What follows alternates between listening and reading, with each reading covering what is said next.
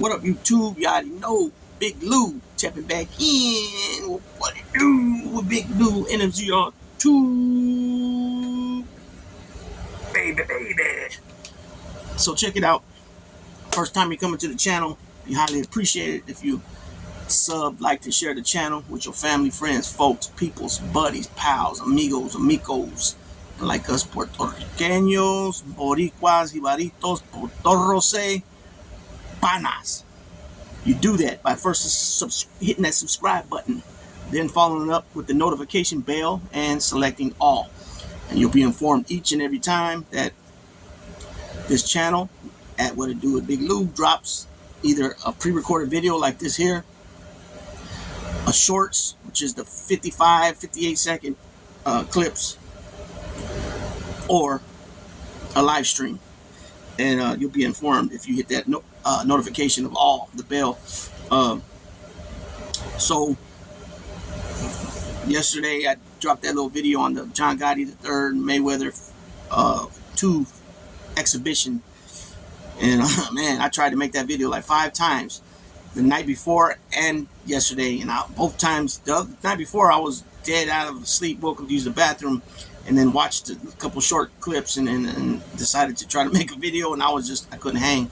Yesterday I was so damn tired I was almost falling asleep, so I'm refreshed today off some sleep last night. Also looking forward to dropping some another live tomorrow probably, and then getting with a couple of cats, friends of the channel, to do some other live stream videos, all 3 different topics, 3 different, not even topics, but different genre of topics.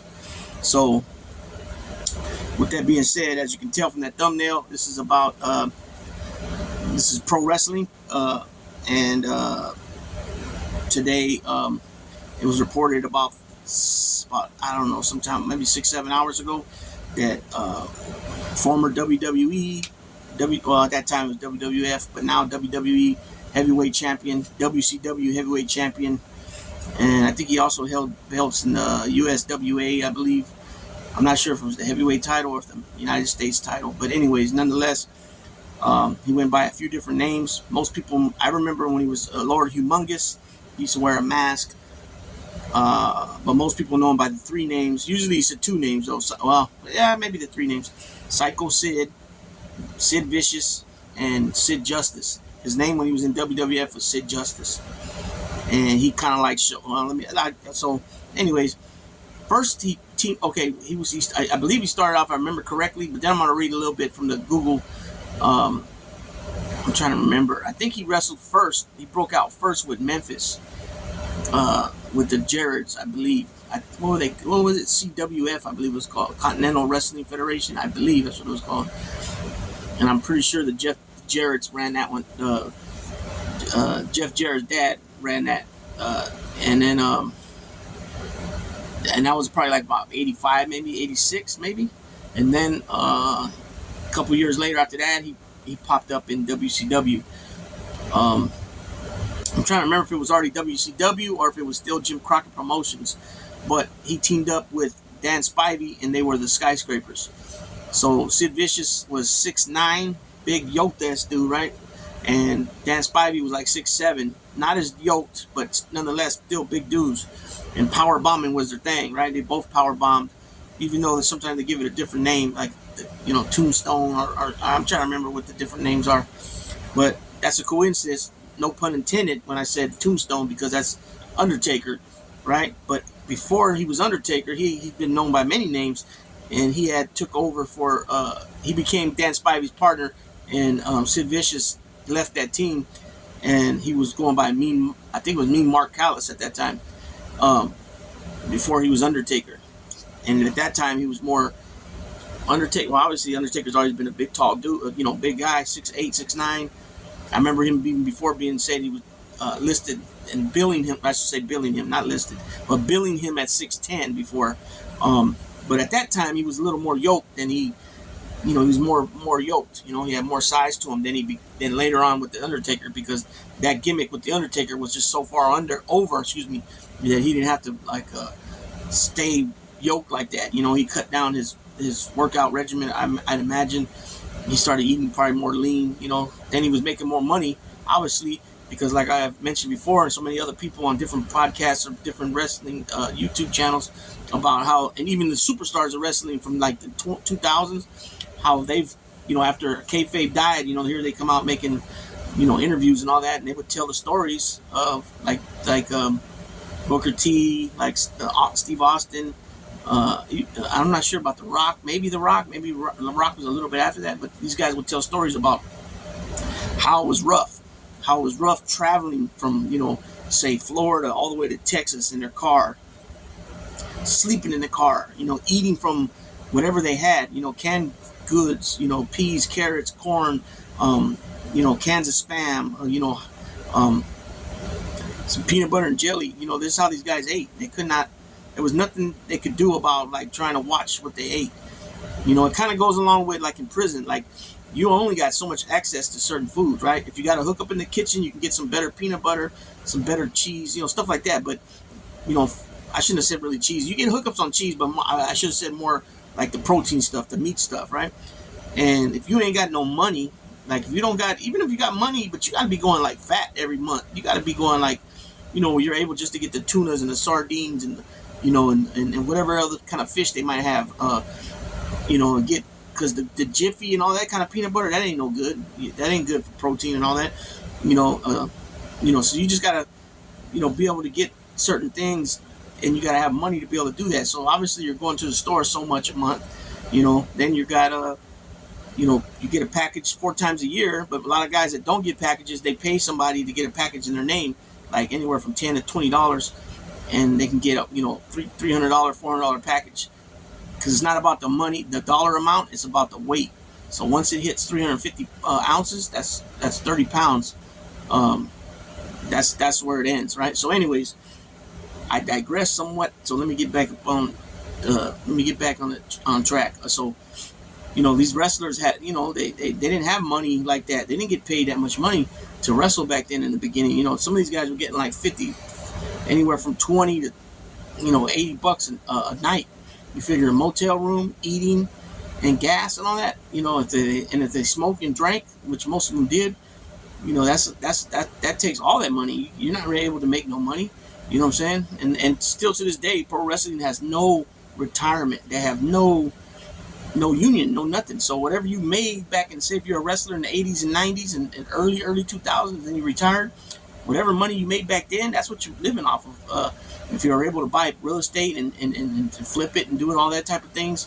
But majority of those guys nowadays, like, I'm not talking about Ric Flair, Hulk Hogan types. I'm talking more guys. I'm not talking about Austin and Booker T. I'm talking about guys that had reigns for a little while, you know, and like Sid Vicious, for example. He was a champion a few different times and he bounced around, but that was because of his own doing, his own ego, and him not liking what Vince McMahon did, or how Vince McMahon wanted to handle a certain situation with heat that he caught with another wrestler or whatever.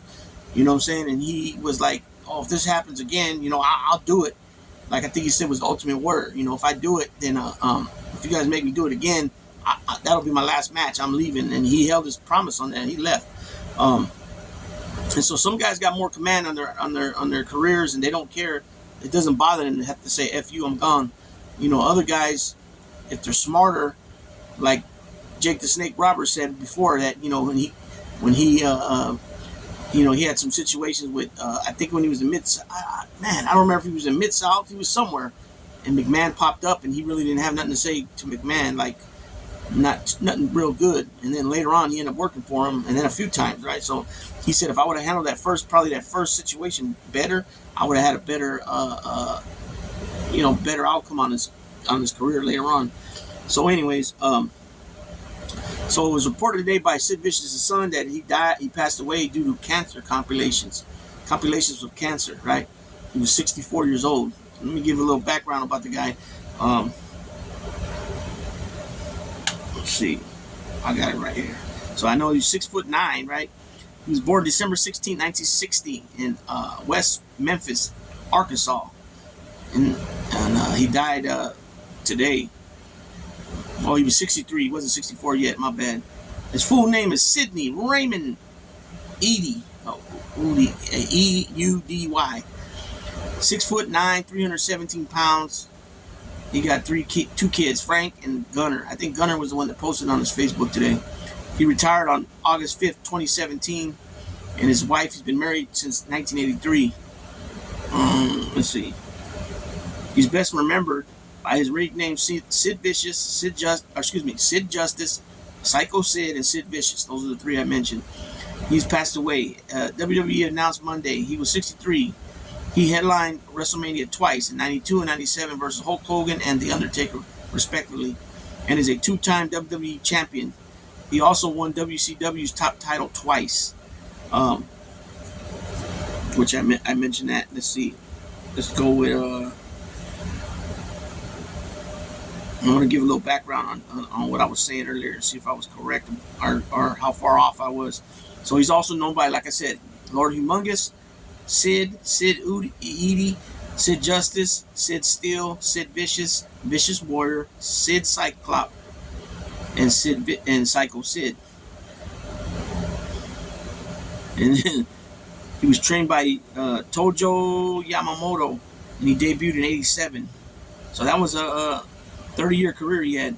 He was a 6-time world champion, having won the WWF Championship twice, the WCW Heavyweight Champion twice, the USWA Unified World Heavyweight Championship twice.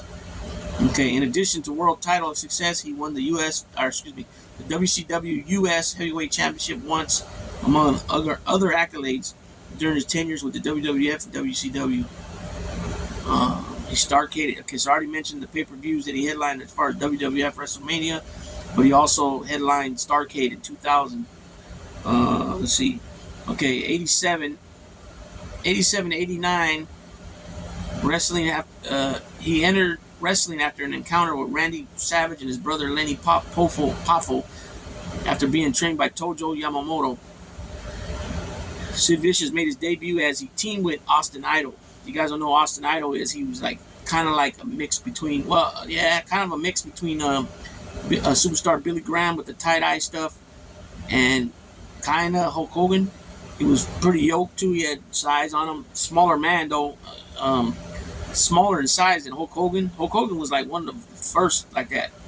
And Superstar Billy Graham was big as hell, but he wasn't that real tall. I don't believe, if I can remember correctly.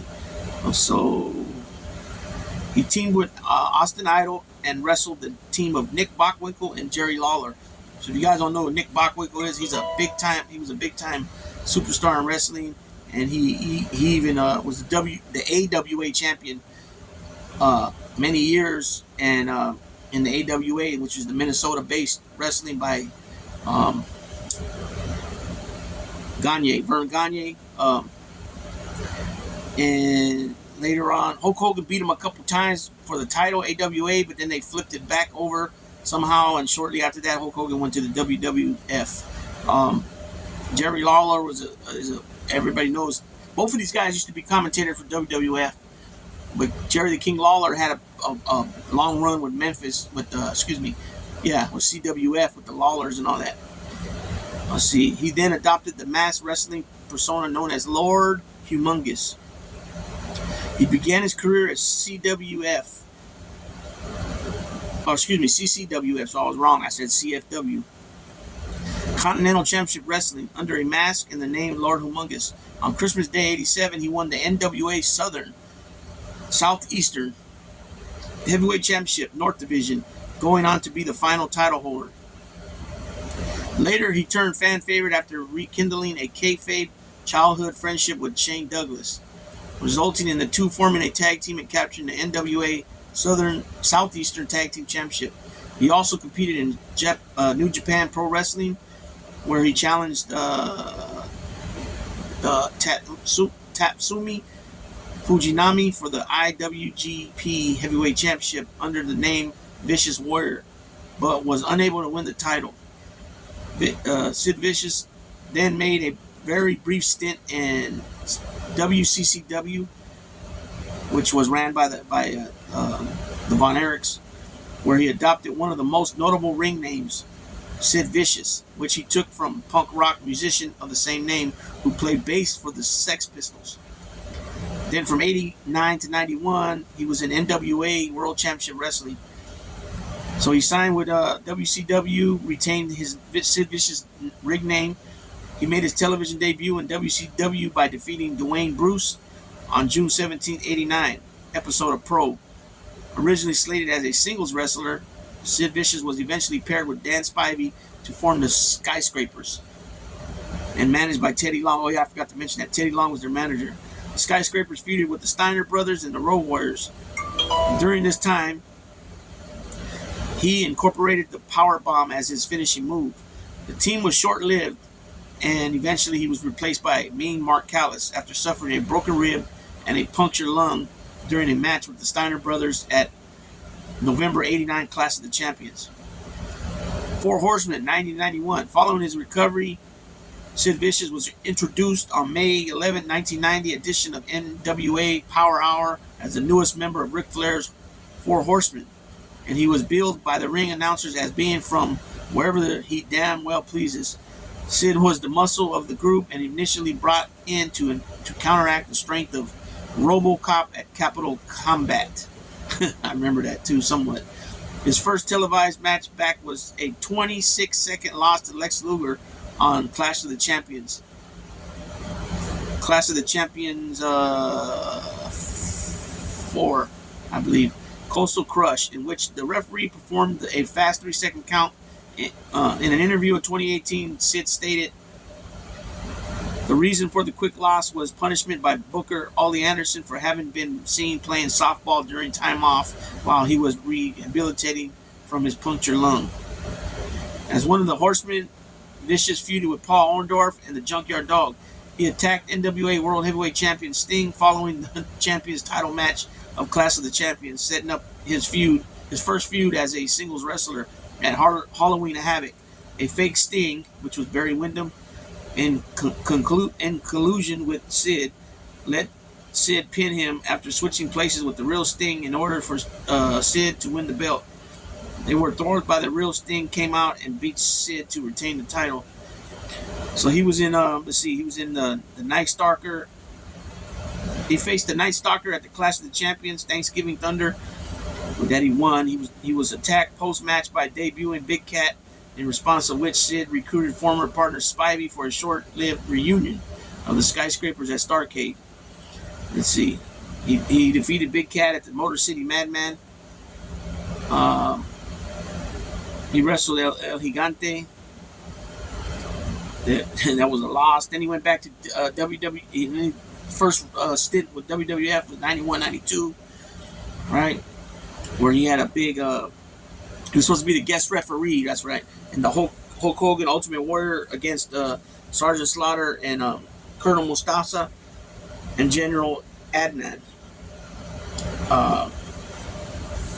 And then that was a Survivor Series. Oh, that was WrestleMania, I believe. Wait a minute. No, guest referee in SummerSlam. So I was right. And then he also was in. He was forced to miss the Survivor Series.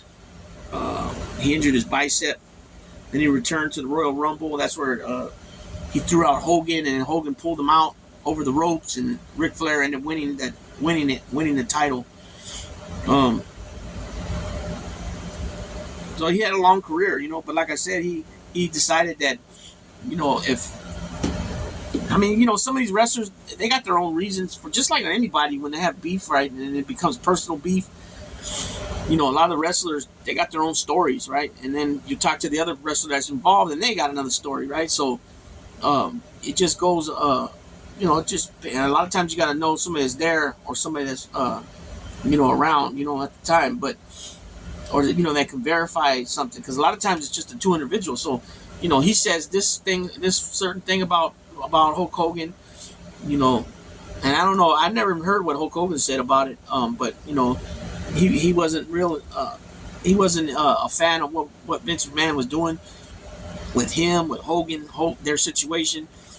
See, back then, like I had mentioned many times before, it wasn't like now, or not so much now, but like back when, Batista, John Cena, The Rock, Triple H, Shawn Michaels. You had all these guys that were considered superstars who all held a title at different times, and they all had their feuds, their beef with each other. Some of them teamed up to fight the other ones to wrestle the other guys that were teamed up. But back in Hulk Hogan's day, it was just one. Hulk Hogan was the babyface. He was the man on top. That was it. So everybody got to get their turns with him. You know what I'm saying? So I'm talking King Kong Bundy, Big John Studd, One Man Gang, Yokozuna, Paul Orndorff, Mr. Wonderful, Roddy Piper, Cowboy Bob Orton, Terry Funk. You know what I mean? And there's a few more. Oh, Kamala. There's a few more probably that I'm missing right here. But the times have changed. So from Hulk Hogan became champion in '84, I think, the first time in WWF. And now fast forward, now this is 91, 92. Sid's there, and I guess he was expecting. And then I got to keep in mind too, Ultimate Warrior was there, and he was already ready to get the mantle passed to him from Hulk Hogan, but he just couldn't. He couldn't do it. He didn't have it in him to be a little more. He had the gimmick and the run to the ring, and he'd run so fast he'd burn himself out. He'd burn himself out. He'd only be able to do a couple moves, power slam over the head, and then I forgot what his move was. Then he'd run to the slam over his head, and then he would go rope to rope, and then splash on him, I think, if I remember correctly. But a lot of guys said that he was already tired by the time he ran down to the ring. You're talking about a 280-pound dude, running full force, so. He was ready to take the mantle anyways, no matter. But we didn't know what was going to happen yet. And so Vicious, I guess, also on top of all that, Vicious wrestled him I think they were house shows where they're not really taped, like that. But you would catch that Monday night thing with Gorilla Monsoon and Bobby Heenan, and they would show some of the house shows sometimes that weren't on TV. They would cut to a match and show it sometimes. And those are the ones not everybody sees. You got to find it recorded in a magazine that'll say, so and so wrestled, this day, that day, over here in this place, in that arena, this stadium, and so he was willing to do whatever they're asking him. Sid Vicious, I seen an interview with him, but he wasn't willing to continue to keep doing it. Where Warrior was just demolishing him, and it's like sometimes some of this stuff is not. It's not even like, yeah, we know it's not real, but, some people know it now. Maybe back then they didn't. To see a guy, even though, Ultimate Warrior was a big old dude like that, to see Sid Vicious go so far with Hulk Hogan and different guys like that, where they're wrestling a good two out of three falls, or they wrestle for 10, 15 minutes, but then you put them in an Ultimate Warrior, and Ultimate Warrior just runs right through them. It's not reality, you know what I'm saying? So Sid Vicious, Sid Justice, Psycho Sid was not willing to continue to do that. He didn't like the way it looked. He thought, they should be going a little longer. You're talking a 6'9" dude who's yoked up like a mug. Probably the best physique in all of wrestling at that time, as far as height and weight, as a complementary. You know what I'm saying? Because Hogan. At that time, Hulk Hogan, up until, not that time, but when Hulk Hogan first started breaking out before the Rocky movie, he was a lot taller than he is now, and than he was then, because he was having all these surgeries on his back and all that. It was bringing him down, knee surgeries. And then not only that, when you get older, you shrink up anyways. So back then, Hogan was a legit 6'7", 330-pound dude. You know what I'm saying? How big he was.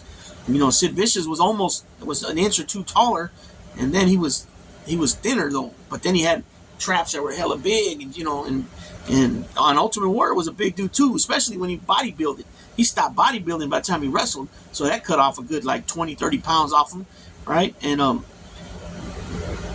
just people didn't see that as being reality when he would go in there and demolish like Andre the Giant in a couple of minutes. And so Sid Vicious had a problem with that, and he said, "Okay, I'll do what you're gonna ask me to do again tonight, but this will be the last time I do it." And he held his promise, and he left, and he went back to WCW. And then I think from there he had his feud with what's the name? Big Van Vader. So so this dude had a lot of years of competition. You know what I mean? A lot of years of being on top or close to the top, in great, contender positions and champion positions. And he's one of those wrestlers I was talking about, like not a Ric Flair, not a Hulk Hogan, definitely not, not these guys that were champions not too long ago.